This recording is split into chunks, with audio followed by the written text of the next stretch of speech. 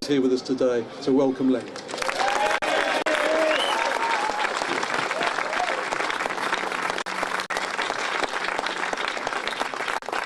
Well, sisters and brothers, thank you very much, and what a privilege it is for me to be here on the 80th anniversary and to bring the solidarity greetings from my Union Unite.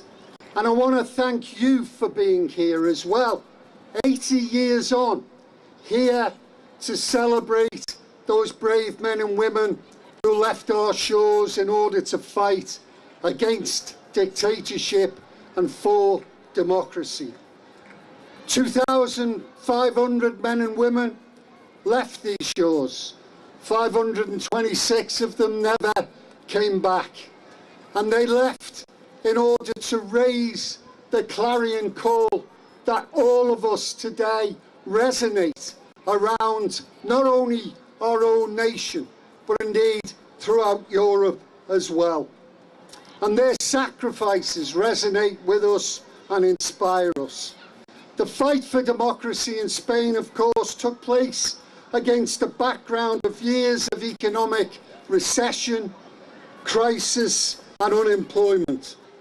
Indeed, many of those heroic men and women who left our shores themselves came from communities ravaged by the capitalist crisis and living lives that had been scarred by stark poverty. Some became celebrated figures, some returned home to ordinary lives, and some, of course, never returned home at all. Let me recall just two examples from my old union, the T&G, one of the forerunners to Unite. One of our members, as Jim has already mentioned, of course, was Jack Jones, a personal friend of mine and a hero of mine. Wounded at the Ebro, he came home to a lifetime of work for the advancement of the labour movement, fighting for working people every single day of his life. And he never forgot those formative experiences in Spain, working to keep the spirit of the International Brigades alive and their example fresh for a new generation. Jack never spoke often about those experiences, but when I persuaded him, he spoke with raw emotion and incredible pride.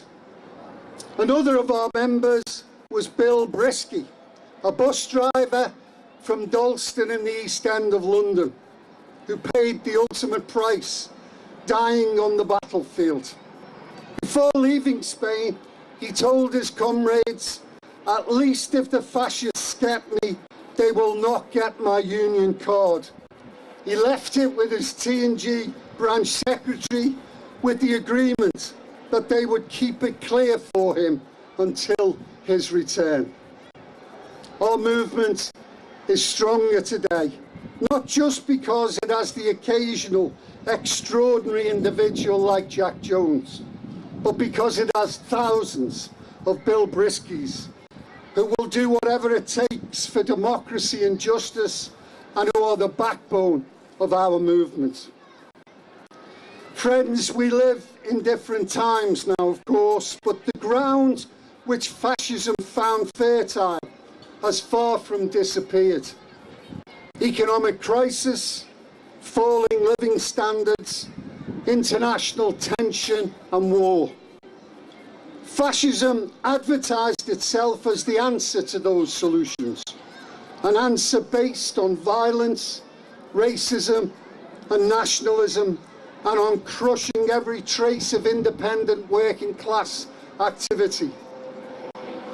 It was the job of the left and the trade union movement to expose the reactionary character of fascism's so-called solution to the crisis, while also offering an agenda of hope, a sense that there was a real alternative to the dismal politics of depression. Today, democracy is under pressure in many countries as economic crisis leads to a new authoritarianism, as it did in the 1930s.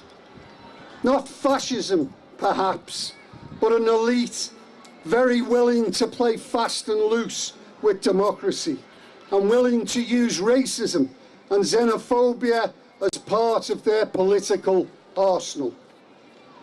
We can see the evidence in Britain today as war has contributed to the danger of terrorism, which in turn carries the risk of a racist backlash. But we can also see the hope. A labour movement championing for the first time in many years a real alternative to the crisis of capitalism, a real antidote to the politics of division and despair. In honouring those who sacrificed everything 80 years ago, we must not only be vigilant against any return to the worst aspects of the past, but also proud in winning a new generation to the politics of solidarity and social justice. Jeremy Corbyn has ignited the young people of today in a way, comrades, that is quite extraordinary. I've never seen the type of enthusiasm at the rallies that I've visited over the past 6 months. And it's that kind of enthusiasm that we need to harness to seek change for the better. Those challenges are huge, of course they are, but are hardly greater than that faced by our grandparents in the 1930s. Should we but show a fraction of the same courage and clarity of purpose of the men and women of the International Brigade, we cannot fail to secure a better future of peace, freedom and social justice for working people today. In closing, comrades, I can do no better than quote from La Pasionaria.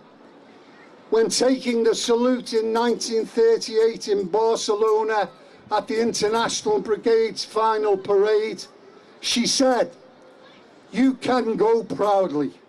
You are history. You are legend. You are the heroic example of democracy, solidarity and universality." Let us strive, friends, to be worthy of their example, worthy to follow in the footsteps of Bill Brisky and Jack Jones and those comrades who inspired us and made us proud. Thank you, comrades.